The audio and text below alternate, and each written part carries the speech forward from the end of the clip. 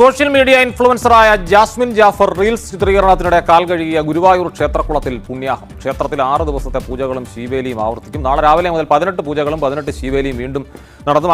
Jasmine Jafar ഈ ക്ഷേത്രക്കുളത്തിൽ എത്തുകയും അവിടെ കാൽ കഴുകുകയും റീൽസ് ചിത്രീകരിക്കുകയും ചെയ്തിരുന്നു. ഇത് ഹൈക്കോടതി ഉത്തരവിന്റെ ലംഘനം തന്നെയായിരുന്നു. ആ സമയത്ത് ഗുരുവായൂർ അഡ്മിനിസ്ട്രേറ്റർ നൽകിയ പരാതിയുടെ അടിസ്ഥാനത്തിൽ ടെമ്പിൾ പോലീസ് ഇവർ ഈ പരാതി സ്വീകരിക്കുകയും കോടതിയുടെ പരിഗണനയ്ക്കായി വെക്കുകയും ചെയ്തു. കോടതി നിർദ്ദേശപ്രകാരമായിരിക്കും തുടർ നടപടി സ്വീകരിക്കുക. അതിന് പിന്നാലെയാണ് ഇപ്പോൾ ഗുരുവായൂർ ദേവസ്വം ഈ പുണ്യാഹം നടത്താനും ശുദ്ധി വരുത്താനുമുള്ള ചടങ്ങുകളും നടത്താൻ തീരുമാനിച്ചിരിക്കുന്നത്. കുളം ശുദ്ധി വരുത്തും. ക്ഷേത്രത്തിൽ 6 ദിവസത്തെ പൂജകളും ശീവേലിയും ആവർത്തിക്കാനും തീരുമാനമുണ്ട്. നാളെ രാവിലെ മുതൽ 18 പൂജകളും 18 ശീവേലികളും വീണ്ടും നടത്താനാണ് തീരുമാനിച്ചിരിക്കുന്നത്. നാളെ ഉച്ചവരെ ദർശനത്തിന് നിയന്ത്രണവും ഏർപ്പെടുത്തിയിട്ടുണ്ട്. ആലോചിച്ച് നോക്കുക, ഒരു പ്രമുഖ ബിഗ് ബോസ് താരം കാട്ടിക്കൂട്ടിയ ഒരു റീൽസിന്റെ പേരിൽ കാട്ടിക്കൂട്ടിയ കലാപരിപാടികൾ കൊണ്ട് എന്തോരം ബുദ്ധിമുട്ടാണ് ഉണ്ടായേക്കുന്നത്.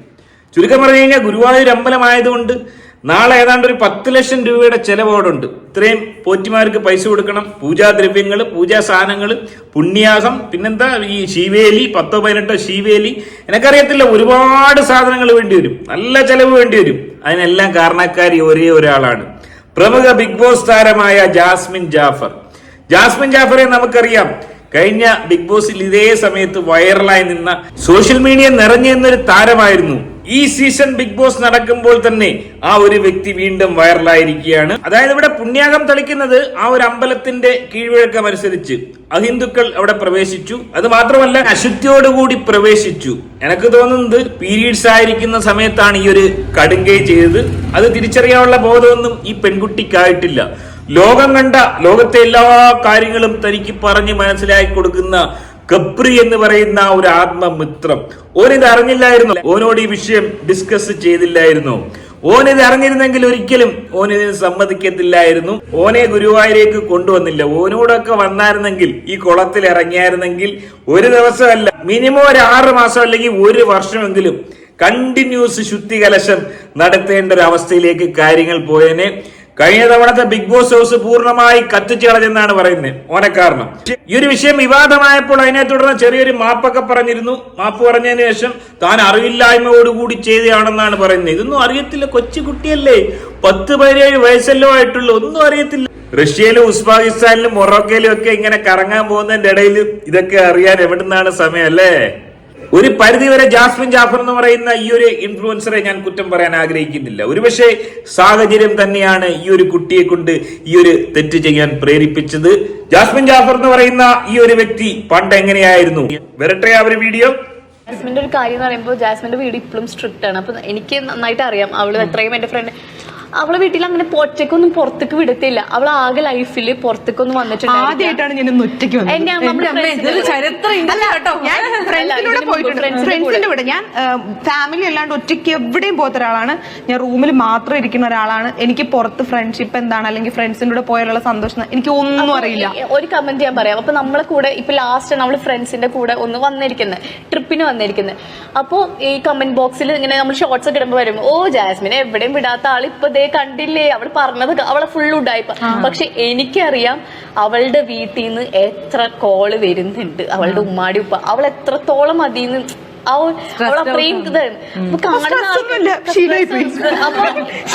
നമുക്ക് കൂടെ നിൽക്കുന്നവർക്ക് അറിയാം അവൾ എത്രത്തോളം ഈ ഒരു ഫ്രണ്ട്സിന്റെ കൂടെ വന്നതിൽ ഇതുണ്ട്. അവൾക്ക് നല്ല വിഷമം. പക്ഷെ പുറത്തുനിന്നുള്ളവർ കാണുന്നത് ഫുള്ള് ഉഡായിപ്പ. ഒന്ന് ആലോചിച്ച് നോക്ക്, എന്തുമാത്രം സ്ട്രിക്റ്റ് ആയിട്ട് വളർത്തിയ ഒരു പെൺകുട്ടിയാണ്. ഒരുപക്ഷെ ആ പെൺകുട്ടിയുടെ സാഹചര്യങ്ങൾ കൊണ്ട് തന്നെയാണ്, കൂട്ടുകെട്ട് കൊണ്ട് തന്നെയാണ് ഇത്തരം തെറ്റുകളിലേക്ക് ആ പെൺകുട്ടി പോയത്. ജാസ്മിന്റെ ഏറ്റവും 2 പ്രിയപ്പെട്ട സുഹൃത്തുക്കൾ, ഒന്ന് നമ്മുടെ സുഹൃത്തും കൂടിയായ കാട്ടുതീയായി മാറിയ സിജോ, അതുപോലെ തന്നെ നമ്മുടെ സായി കൃഷ്ണ, കണ്ണൻ സായി.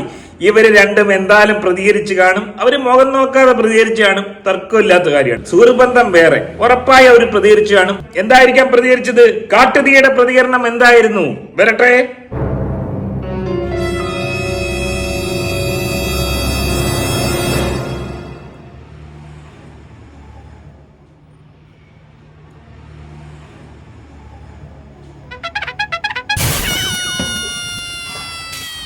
അല്ല, കാട്ടുതീ വിഷയത്തിൽ ഇതുവരെയും പ്രതികരിച്ചില്ലേ? എന്താ ഈ സംഭവം കാട്ടുതീ അറിഞ്ഞില്ലെന്നുണ്ടോ? എന്താ ഈ കാണുന്നത്? അതിരിക്കട്ടെ, കണ്ണൻ സായി എന്തായാലും പ്രതികരിക്കും. മുഖം നോക്കാതെ ഇത്തരം വിഷയങ്ങളിൽ സൗഹൃദം മാറ്റിവെച്ച് പ്രതികരിക്കുന്ന ഒരു വ്യക്തിയാണ്. കണ്ണന്റെ വീഡിയോ കാണട്ടെ, വരട്ടെ.